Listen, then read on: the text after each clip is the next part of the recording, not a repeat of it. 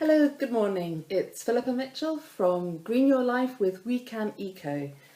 Today I'm talking about the problems of these and other forms of sanitary protection. Why is a tampon a problem? Well, the first thing I'm going to be talking about is how many of these do you get through in a month? Now, I don't know how long your period lasts. Mine tends to last around about, well, definitely 5 days, often 6, sometimes 7. But say just 4 days where you're really using your tampons. You might be using, you're supposed to change them every 3 to 4 hours. So let's say that's 1, 2, 3, 4, 5, say 6 a day. 1, 2, 6. And how much does, normally in a box, what do you get, 18 maybe?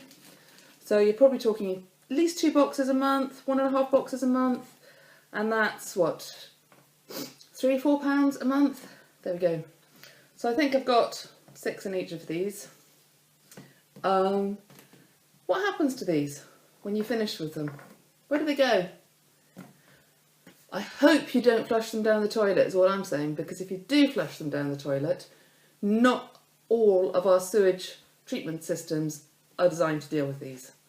Quite a lot of them will actually end up, particularly after storms and heavy rain, will actually end up on beaches, in rivers, on riverbanks, in the sea, and let's face it, walking along the beach with your children or your gorgeous boyfriend, the last thing you want to see is a mucky tampon or a revolting sanitary pad. Yuck.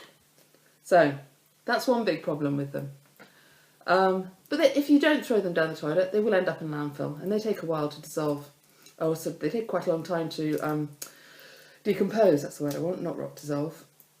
Another problem is, I think these are on organic brand, but non-organic brands, the material that makes them up, either cotton or rayon, particularly if it's cotton actually and it's non-organic, it's grown using a lot of pesticides. And the skin around your vagina and inside your vagina, it's very, very thin. You've got a huge amount of blood vessels and nerves there. Sticking pesticides up there really is not a good idea. So don't do it. When you sort of dip them, you can see they become really full. It's just with water. They swell up, and that's sort of the point of them. And perhaps when you've got, full flow, they're not too bad. They're relatively comfortable. But when, for me anyway, I'm just going to put it in a pot over here, when not in full flow, I find them really uncomfortable. And so what I'm going to be looking at now is one of the alternatives to tampons anyway. And that's this one. It's a moon cup. That's this little logo down there, very cute.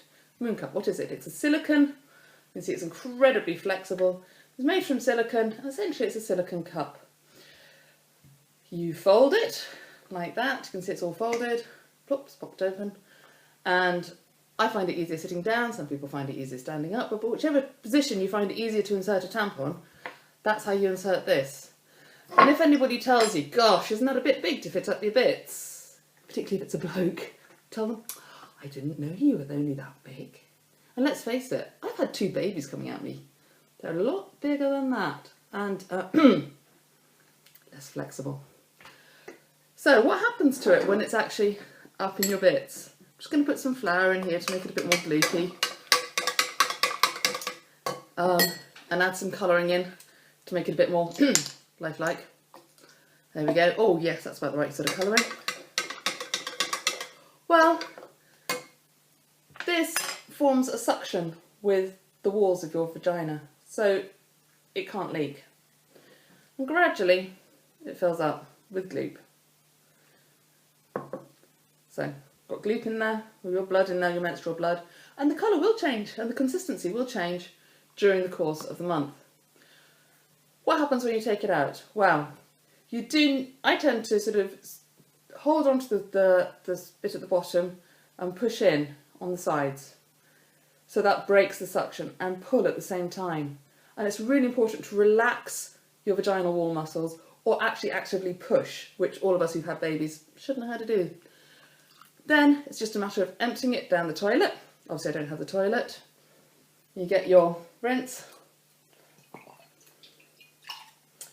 I would always give it a good rinse out under the tap if I'm in my own bathroom. If I'm not in my own bathroom or like in a public toilet, wipe it with tissue is fine. And then it's just a matter of refolding and reinserting. One of these costs around about £19–20. Will last you years, really. So cost-wise, they're much more sensible.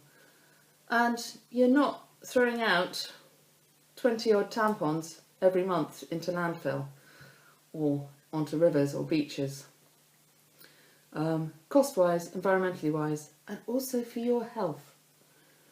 The other material they make tampons from is something called rayon. And cotton and rayon aren't necessarily this white once they've been through processing, so they bleach them.